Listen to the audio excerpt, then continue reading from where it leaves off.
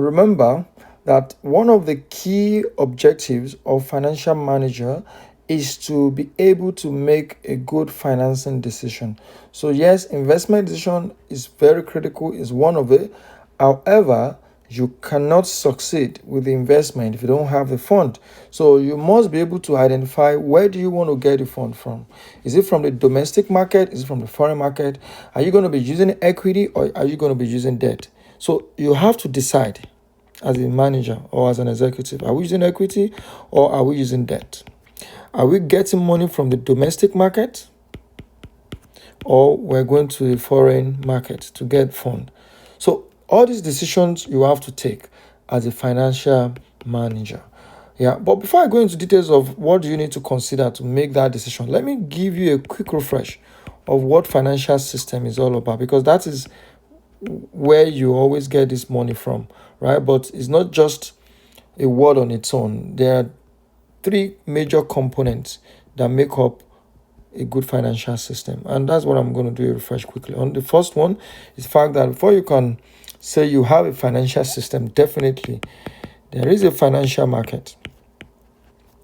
You must have financial market. Financial market is like the platform where all this transaction will take place. Yeah, and I'll give you various examples. You can have capital markets, for example, where you raise shares, right? You can have money market, yeah, for short-term instruments, yeah, like commercial papers, treasury bills, yeah, fixed deposit and all. You can also have commodity market, where the commodities are being traded, things like metals, oil, gold, and such. You can as well have derivatives market, and that's where you have the derivatives being traded, like futures, forwards, options, and all sorts. You can sell all of that to get some money. And you can also have FX market, and definitely that's talking about forex and all. Yeah, so those are examples of financial markets you will get. But there has to also be financial institutions, yeah, to make a financial system work. And you probably reckon with banks when I'm talking about financial institutions, right? And likewise, there has to be financial instruments. And those are the instruments that I spoke about earlier for each of those markets. Yeah. So three of these embody what you call the financial system. That's just to give you that quick refresh. Now, let's go into the decision we have to take. Are we going to be using debt to finance our investment, or we're going to be using equity? Not an easy decision to take by any finance manager. Definitely, there are a lot of considerations that have to be put into play. So let's look at those considerations. And I'm going to look at them in three dimensions. So look at them in three dimensions.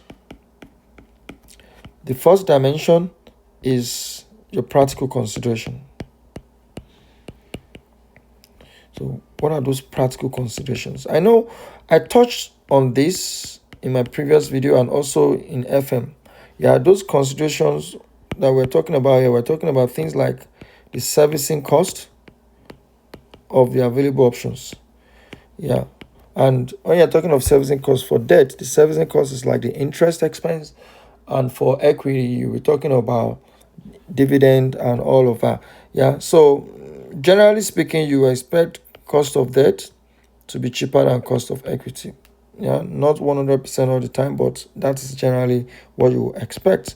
Likewise, you want to consider the issue cost, which means if you want to look for debt or look for equity, which one would be cheaper for you to raise? Yeah, definitely it's always cheaper to raise debt than to raise shares, right? So you need to know all of that. And apart from issue cost, even your gearing level is a consideration. If you're bothered about your gearing level, then you don't want to go for debt, because debt would definitely increase your gearing. Availability is also a very good consideration. No matter how cheap the instrument is, if it is not available, there's nothing you can do about it. Even covenants and restrictions. And covenants usually come with debt. Yeah, so sometimes you take debt from a bank and the bank is telling you can't pay dividend, you can't engage in some kind of activities. And you'll see it when I talk about the other considerations, which is the agency effect. You will learn more on that. Likewise, the risk appetite of the company is very important. Generally, for the company that wants to raise fund, the company will prefer to use equity if they have low risk appetite, because for equity they don't have to pay back. There's no pressure. They don't have to pay dividend. They don't have to return any money to the shareholder. But for debt, they definitely have obligation to pay both principal and interest. So generally speaking, if your risk appetite is very low, you want to raise equity to finance. And that is why on the flip side, on the investor side, equity is very risky because they might not get their money back. And that's why they will always ask for higher cost of equity. And apart from risk appetite, your tax status is also something to be considered. Remember, the interest on debt is tax deductible, and that's why the debt is generally cheaper.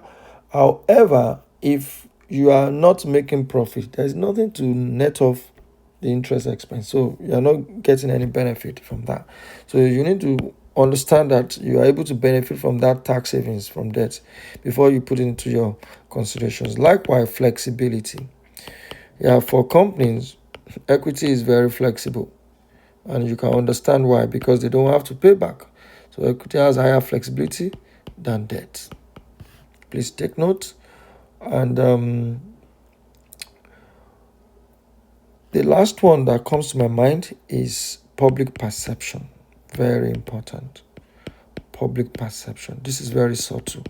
Generally speaking, you say, oh, I want money. You go to the market, go and raise shares. Generally speaking, public believe that if a company is coming out to issue shares to do an investment, there is a problem. They just believe that if there is such a fantastic deal, everything is doing well, they would rather sell the shares as a right issue amongst themselves, because shareholders will not want dilution naturally. And likewise, worst case scenario, if they don't have money, they would rather go and borrow money so that nobody is able to share from the return of that investment. They want to keep returns close to themselves. But this public will just think, if you are selling to us and you want us to come in as shareholders, they are suspecting that there's a problem with that company, and this company is just trying to transfer the issues, the problems to other new shareholders, so that the loss is not as huge on individual shareholders as it is. So, not exactly all the time like that, but public perception definitely is something you want to consider. Yeah. So that is the first dimension I've looked at. The second dimension is the theory. So we'll look at the practical, we'll look at theories, and we'll look at the agency effect. But before I speak on agency effects, let's look at the theories. All right. So let's look at the theories, which are the experts talking about what can influence how we need to finance investment. The first theory that we're going to be looking at is the traditional theory.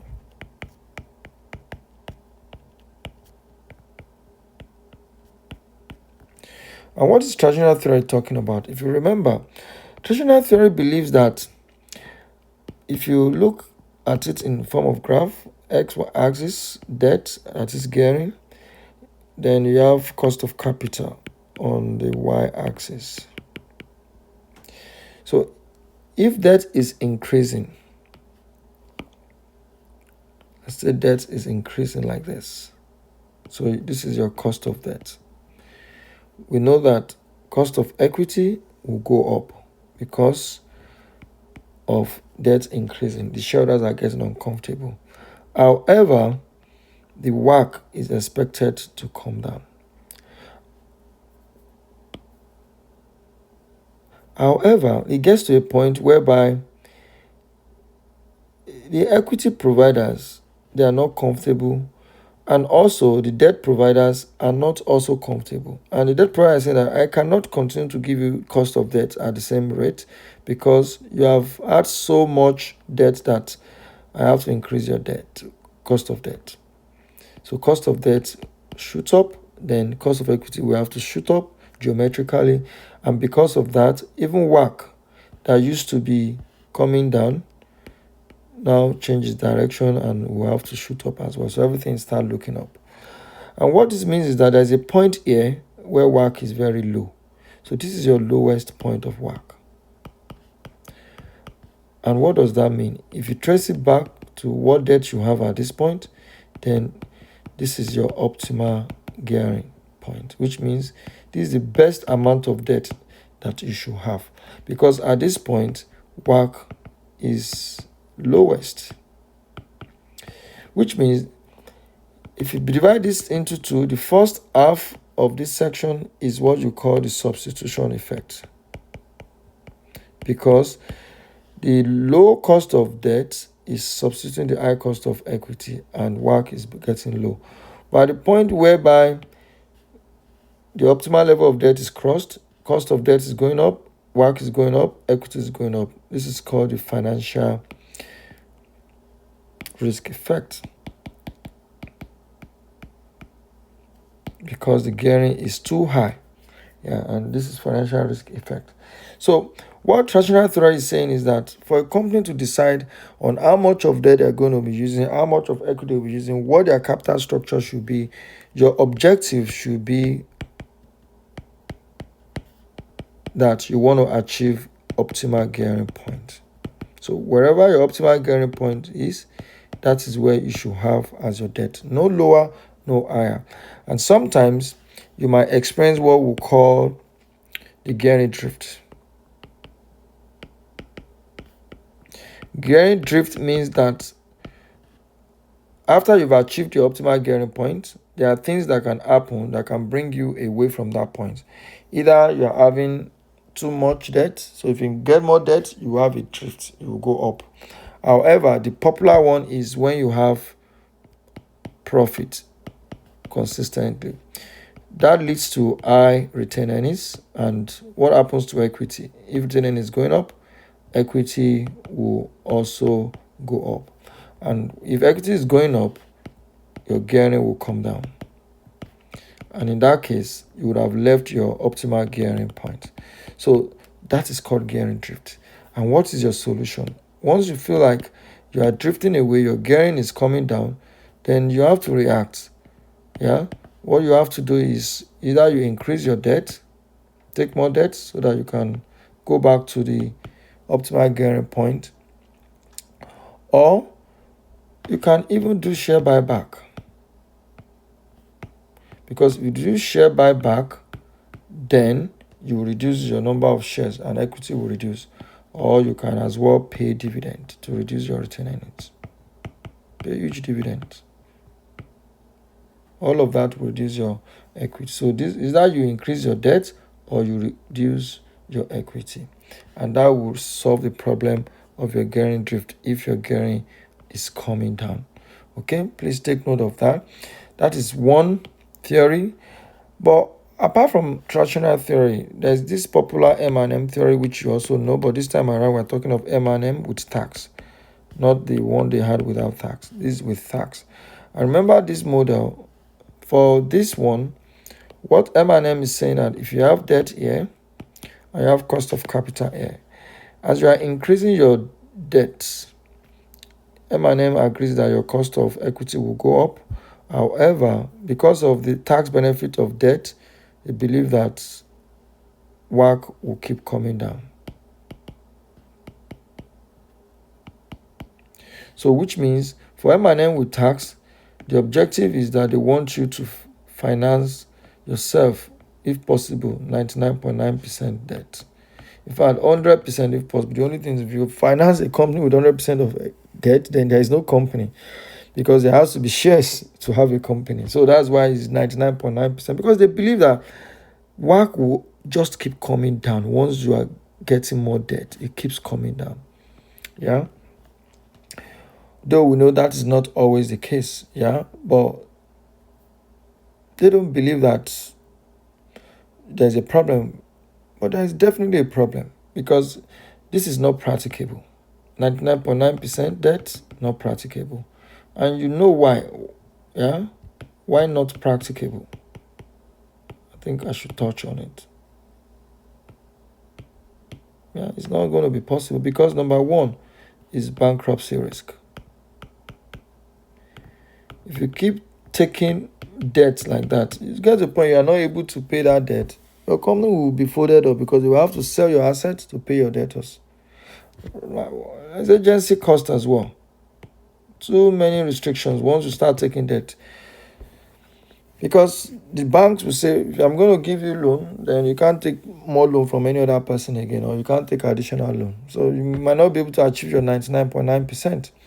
Yeah, even your tax exhaustion, you might be able to finish all the taxable income and you still have interest to pay, and it doesn't make sense to get that benefit again. Remember, the benefit why cost of debt is lower is because of interest deduction from taxable income.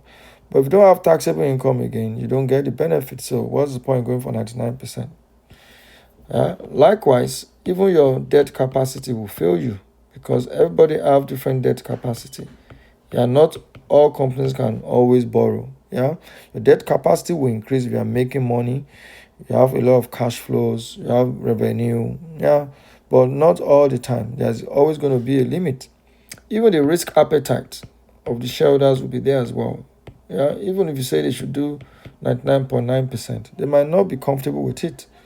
Yeah, so all of these are restrictions that will not make this 99.9% a reality. However, the third theory tried to make a trade-off, and that is called a static trade-off theory. Yeah, and it's a trade-off theory for a reason, because this one tries to blend the traditional theory with the M&M theory. And in summary, what it's just saying is that if M&M can consider bankruptcy theory, bankruptcy risk, then it's similar as traditional theory. So I'll say you have M&M, yeah, consider bankruptcy, which means understand that you can't do 99%. Yeah, and if you understand that, then you know that you can't do 99.9%. There is an optimal level you have to get to, and that is talking about exact thing that the traditional theory has been talking about. So this theory just tries to blend both the M&M and the traditional theory. So it's saying that don't do 99.9%, but do optimal level of caring. Yeah. And that is the third one. The fourth theory, still on the theory part, theory dimension, is the last one, which is the pecking order. And this is very practical in its own approach, because it's saying that usually firms have preferred hierarchy of capital choices. And they just prefer some source of funds than other sources. Yeah? Unlike traditional theory that's talking about optimal gearing point, or M&M saying 99.9%. Pecking order is saying that companies don't have to go into those complications of calculating things and trying to do analysis. Companies don't have that time. They just go for easy access of funds. So they go for funds with cheapest issue cost, cheapest stress to issue. That's what they go for. That is their focus. That's their objective. And in order to achieve that objective, they will go for internal sources first, like retained earnings, before they go for external. And for external, they will always go for bonds first, debt, before they go for the external, that is shares. Because shares is the most difficult instrument to issue, is the most expensive. Right? So because they try to minimize this issue cost, this will be their first choice, debt will be their second choice, and equity will be their last choice. That is pecking order. Very important, right? So, in summary, the way companies usually manage this is say, okay, to put all the theories together. So, which means the first stage for a company is to actually determine their optimal level. So, companies should determine their optimal gearing point. Yeah. Now I'm trying to summarize all the theory and the way it's applicable to companies. So first thing, companies needs to determine their optimal gearing point. When they know what their optimal gearing point, then the model that they will adopt or the theory they will adopt now depends on how currently they are close to that optimal point. Yeah, so if a company is very far, so if they are far away from the optimal point,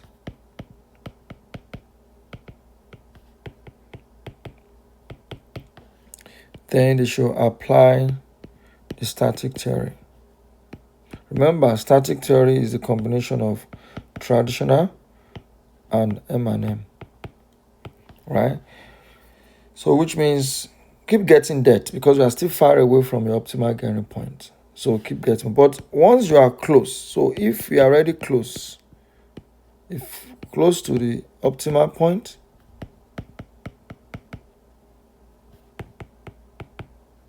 then they should adopt pecking order. So which means just choose something that is easier for you without stress. And that is how all the theories are linked together. Adopt pecking order. Okay? So that is it for those theories.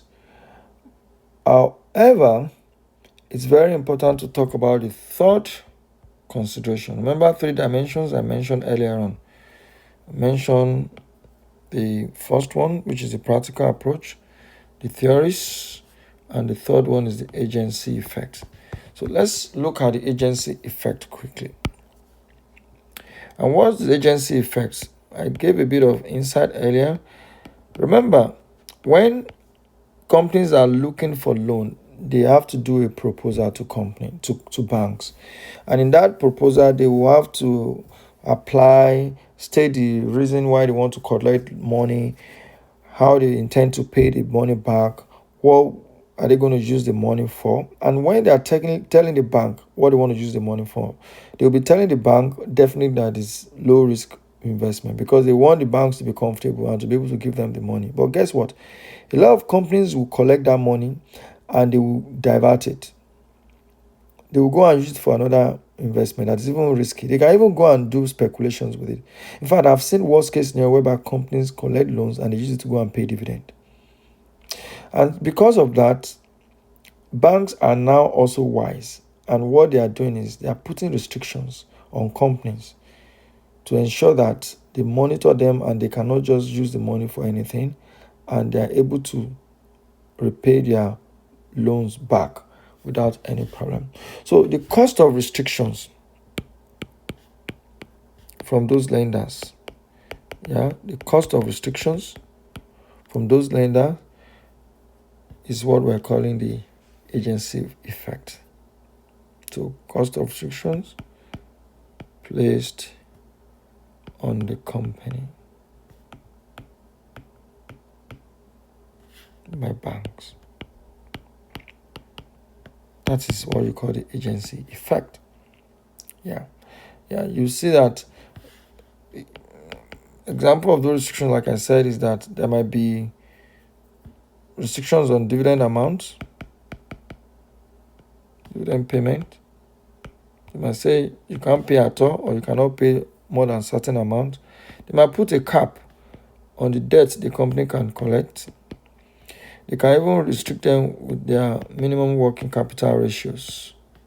They say you must not have less than 2 current ratios, all of that. Or they say you can't even sell assets. Or they tell you the kind of activities you can do. And if you fail in any of these covenants, you will have to pay the debt immediately. which will be disastrous, because that will be an emergency funding you have to get that will even come at at higher cost, right?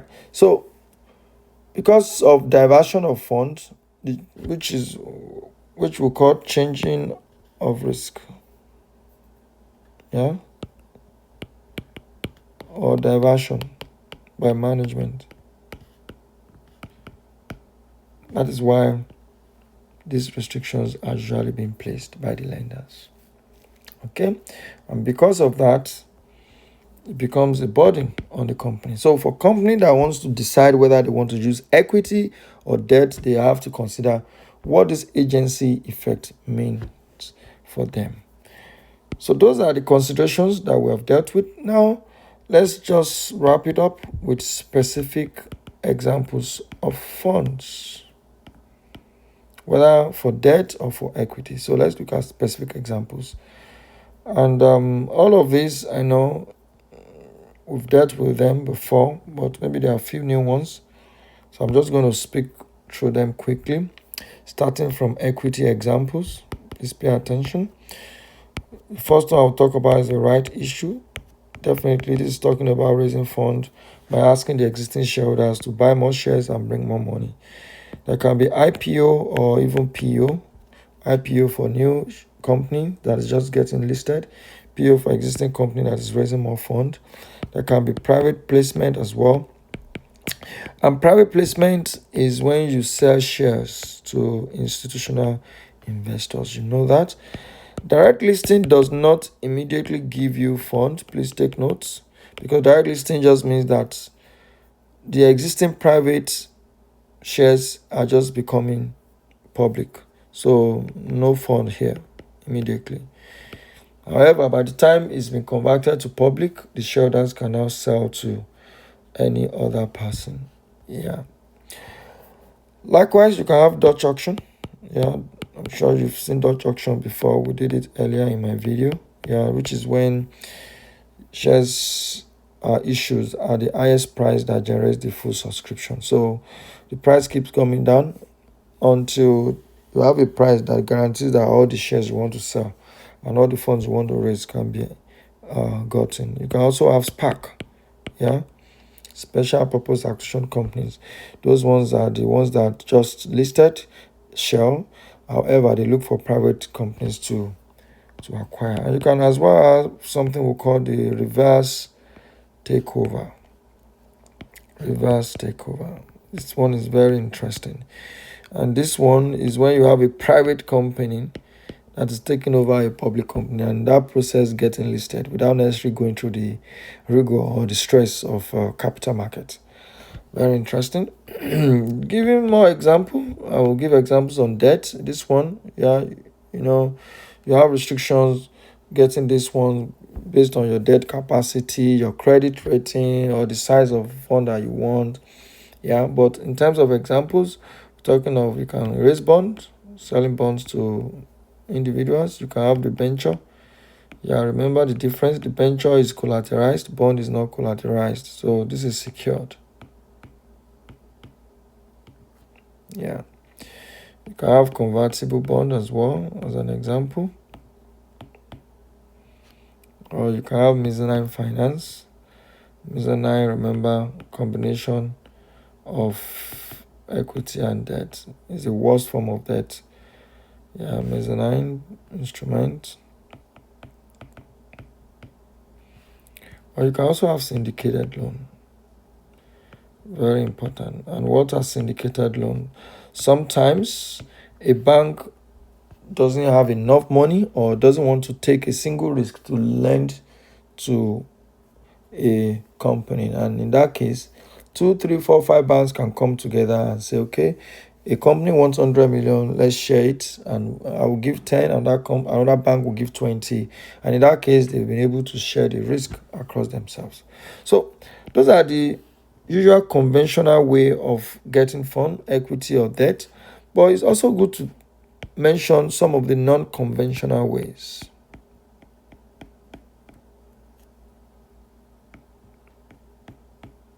Especially in this new regime. as the financial system is evolving. And that is talking about the first one that we mentioned is cryptocurrency. Yeah, I'm sure you've seen companies selling coins and all of that. This one usually in two forms. Either you are doing what you call the initial coin offer, ICO, which personally I don't like. Looks like scam to me. ICO. Yeah, because so like I said, this is just a sale of new coin in the market. The same way you sell new shares in the market. Yeah, it's just like IPO, right? But I don't like it because there's no governing authority. So there's no single governing authority. In that case, credibility is a problem for me, personally, I said. Yeah. So what I mean here is that this is not regulated, so it's unregulated. Unlike the other option, which is the security token offer. Yeah, security token offer, which is also called STO. Yeah, similar to this, also trying to sell coin. However, I prefer this one because this one is, number one, not only the fact that it's government regulated, I like it as well because it is asset backed. So you have some sort of security and you know the value easily. Yeah, worst case that you can get. So very important. That is one non-conventional way. Another non-conventional way of raising funds is Islamic finance. Islamic finance. And you know, when we talk of Islamic finance, what we're practically talking about is borrowing under the principles of Islamic law, what you call Sharia. So this is when you borrow, yeah, under the principles. Please take note. Under the principles of Islamic law. That is Sharia. Yeah. And what are these principles that we're talking about? We're talking of principles such as no interest. In Islam, you can't charge interest. That is what we call riba. Don't collect riba. Right? Likewise, if you collect fund from Islamic finance, definitely you will have to ensure that you use that fund only for acceptable activities. So Islamic allowed activities, which means you can't use the money to do prostitution business. You can't use it to do alcohol business. You can't use it to do gambling. All of that not allowed. And likewise, whatever money you make from the funds that have been given to you when you do your business, you must be ready to share the profit with the fund provider. Because the provider does not collect interest, so rather it will collect profit. Very important to note that. And I just put some examples together for you. Look at this. This is a summary I tried to put together for you for Islamic finance products. The very last one, under the same non-conventional way, is the green funding, green finance. Yeah, that's another way people get money now. And this is talking about funding of activities that promote sustainability. So here we are talking about funds that are directed towards activities that support sustainability. So funding activities that support sustainability.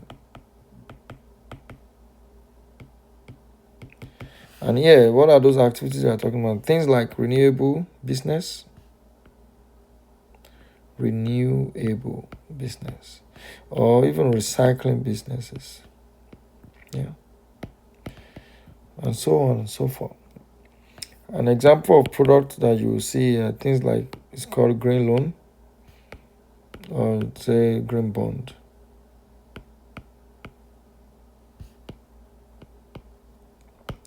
Very important. Right. So those are the examples of specific products that you can use to finance your investment. Yeah. But we also said, should you get domestic or you should go foreign to get your fund? Take for instance, let's say you have a parent.